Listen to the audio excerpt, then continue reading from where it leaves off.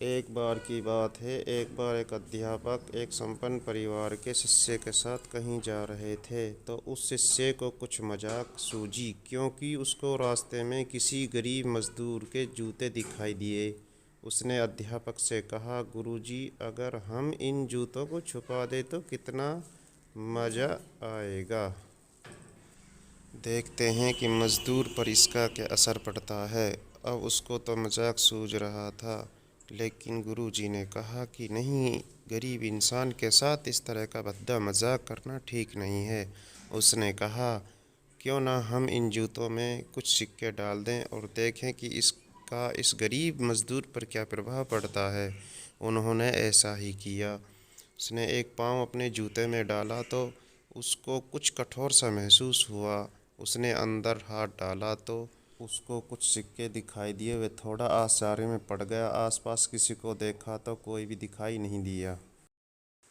वापस उसने दूसरा पैर अपने जूतों में डाला और वापस उसको उसमें कुछ सिक्के दिखाई दिए। अब दोनों जूतों के सिक्कों को उसने अपने हाथों में रखा और प्रभु की तरफ इशारा किया।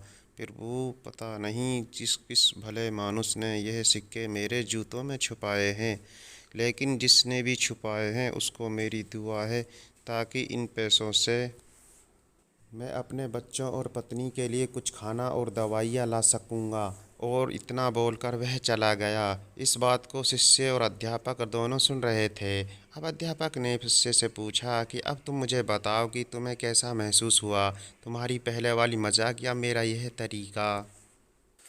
तो उसने कहा कि गुरुजी, मैं आपसे क्षमा चाहता हूँ।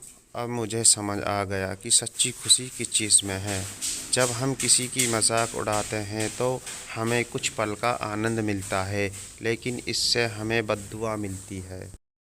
लेकिन अगर हम किसी की मुश्किल परिस्थितियों में मदद करते हैं और जिसकी भी हम मदद करते हैं उसको भी नहीं पता कि हमने उसकी मदद की है, लेकिन अंदर ही अंदर हमें पता है कि हमने उस इंसान की मदद की है, यही सच्ची खुशी है। जब हम दूसरों को खुशी देते हैं तो हमें सच्ची खुशी मिलती है।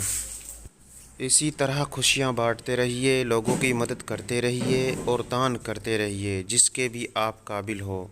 जितना भी आपसे बन पड़े दान करें, लेकिन दान ज़रूर करें। इसी के साथ हमारे स्टोरी का एंड। चैनल को सब्सक्राइब करें और शेयर